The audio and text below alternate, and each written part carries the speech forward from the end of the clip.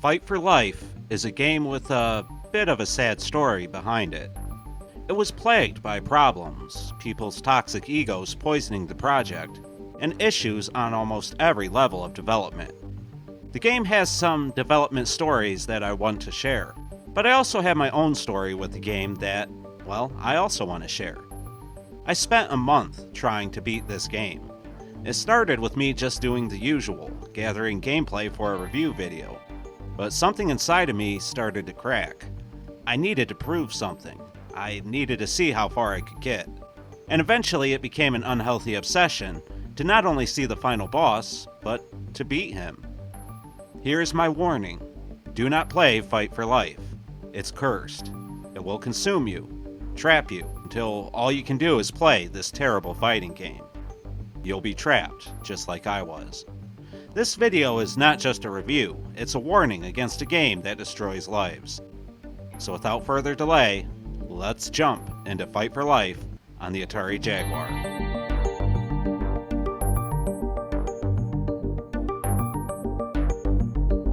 Fight for Life was developed and published by Atari Corp themselves for the Atari Jaguar in 1996, but the project's lead programmer, designer, and director was a former Sega AM2 employee, Francois Bertrand. Francois had previously done programming for the Virtua Fighter arcade game, mainly focusing on the camera and collision system. But soon, he was approached by Atari to create a 3D fighting game on par with his previous AM2 offering. Whether or not Francois was capable is besides the point. The man had more responsibility than ever on the Fight for Life project, and was set up to fail almost right from the start. An unnamed producer on the project began overpromising on what Fight for Life would actually be, and was giving interviews and quotes to the gaming media of the time, where he would compare the game to Tekken and Toshinden. One of his quotes was that Fight for Life was going to completely revolutionize what fighting games were. These are just not good statements to make, especially when Atari themselves were bleeding money and drowning in financial woes. It put even more weight on the shoulders of Francois and his team, who were also dealing with meddling from Atari themselves. It was said that Atari would come in and demand progress reports, changes to features that would ultimately set the project further and further behind, and worst of all, they would miss milestone payments the whole time Francois was trying to get the game done. Because of stuff like this, many games on the Jaguar were dropped, mostly due to the missed milestone payments and financial issues. But Fight for Life persisted, and it eventually became the last official North American release on the console before the sale of Atari from the Tramiels to JT storage. As a last bit of blunder before the final release, preview copies of the game were sent to gaming magazines with the words, "For review," posted all over the cartridges. What was actually on the cartridges were an early beta of the game sent to magazines to start hyping it up. But instead, well, this early copy of the game was reviewed, and the reviews were published in magazines. Worst of all, it's rumored that Francois submitted a beta copy of the game, and would not release the finished version until he was paid the final payment that he was owed. So what did Atari do? Well, they published the beta as the final release. It's rumored that a complete retail ROM is floating around out there somewhere, and I have in fact played a ROM that is a fair bit different from the final retail version of the game. But I can't speak on whether or not this is that fabled ROM. Regardless, for this review, I want to focus on the game as it was when it hit store shelves. So beta or not, let's see how good or bad Fight for Life really is.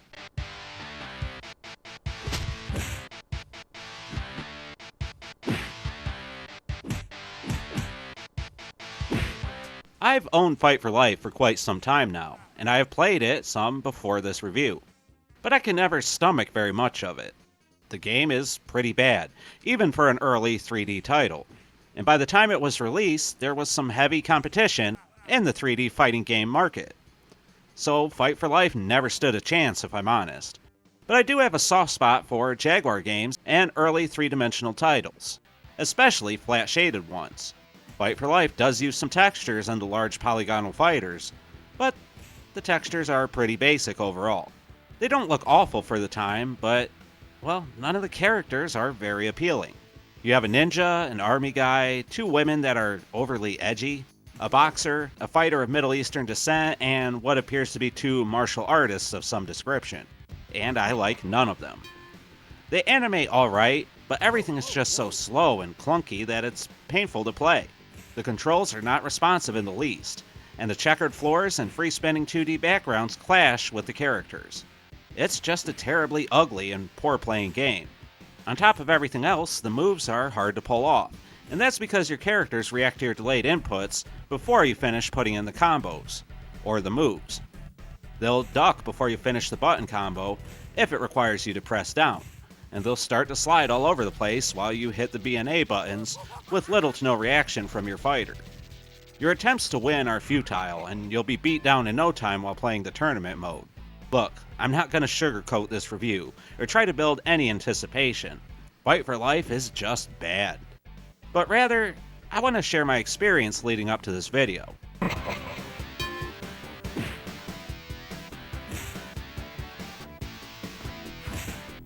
It started like normal, with me attempting to gather footage for a traditional review. And, well, it grew into an unhealthy obsession. I had to see this game through to the end. I was consumed by the thought of beating Fight for Life. And so my journey began, and it was filled with hand cramps, burning eyeballs, and torturous emotions. First off, you can't play Fight for Life like other fighting games. You can't pull off moves or combos like in Street Fighter, Mortal Kombat, or Killer Instinct. If you try to play it like those games, or even like Tekken or Virtua Fighter, you'll have a bad time. So I started to look too deep into the game. I was wondering if everybody had it wrong. If Fight for Life was meant to be played like a slow, methodical fighter, maybe Francois and his team actually built something that was, dare I say, good? Maybe just different. So I changed my approach. I downloaded a move list and began playing chess where I had once been playing checkers. I would begin my inputs early. I would try to outmaneuver and dodge my opponent's attacks with the C button. I found that by timing my presses, I could jump, roll, and dodge out of the way of attacks as they came in. I was getting good, or so I thought. I felt like I was picking the early game apart, and I flew by the first two opponents. I was through the roof, ready to share my discovery with the world and let everybody know that they had Fight for Life all wrong. But then I was promptly beaten to a pulp over and over again by my third challenger.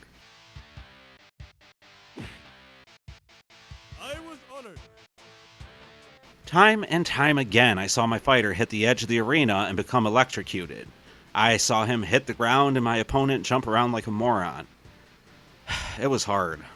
I took combos that were impossible for my human mind and hands to pull off, but the Jaguar did so with ease. I was humbled. I was frustrated. I was angry. I started to wonder about the story of Fight for Life, the 8 fighters who were deceased, now attempting to fight each other for a chance to escape their fate and win life anew. They were trying to scratch and punch and crawl their way out of hell. Maybe this was my hell. Maybe this was my punishment for all the bad scores I gave to people's favorite games, for not understanding Bounty Bob Strikes Back on the 7800, for not giving a better score to Power Drive Rally. This was my punishment, and I couldn't just walk away. I was trapped.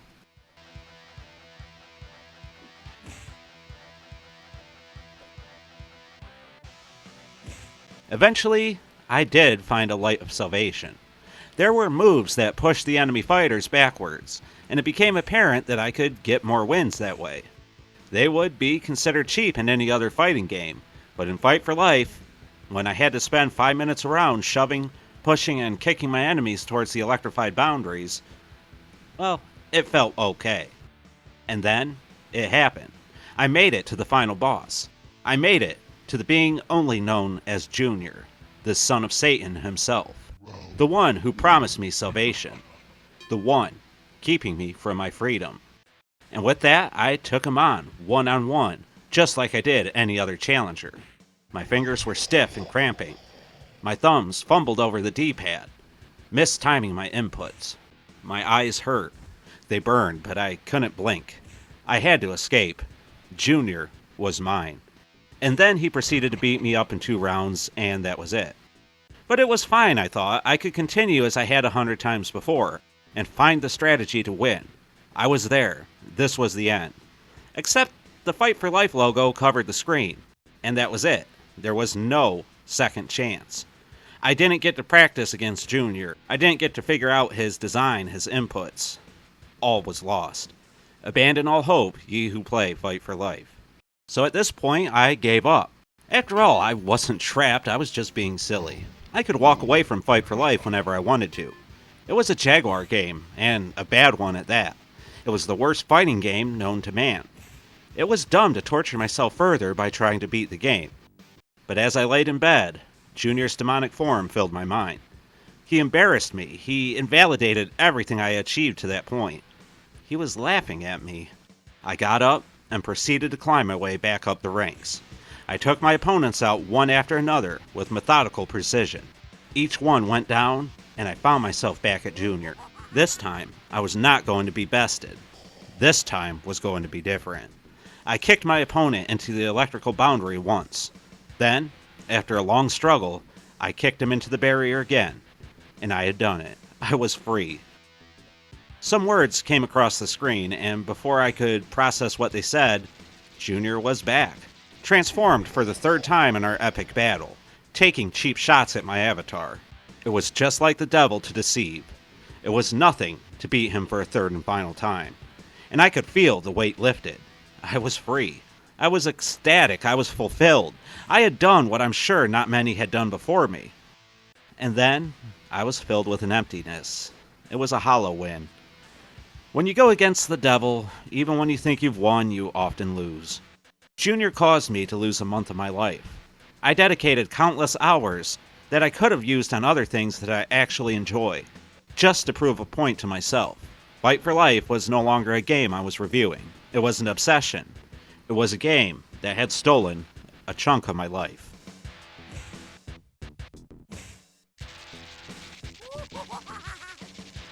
So with all that said, Fight for Life gets a score of 1 ergonomic Jaguar controller out of 5. You've been warned. Do not play Fight for Life. Do not become its latest victim. It's a cursed game. At best, you'll waste a few minutes on a cruddy game that you'll never play again. But at worst, it might suck you in, and it might steal a few hours of your life each night. A few hours that you could have spent doing something better. Just don't play Fight for Life. You have been warned. And with that, it's time to wrap up yet another video on the channel. I hope you guys enjoyed my thoughts on Fight for Life. And if you did, please leave a like and subscribe. And please tell me your opinion on Fight for Life down in the comments below. Okay guys, it's time for me to reunite with my family and move on from this traumatic experience. I've been the 7800 Pro Gamer, a man who is destined to play Atari for all time, and I'm okay with it here at the Atari Network, and I'd like to thank you all for watching. And as always, remember to stay classy, Atarians.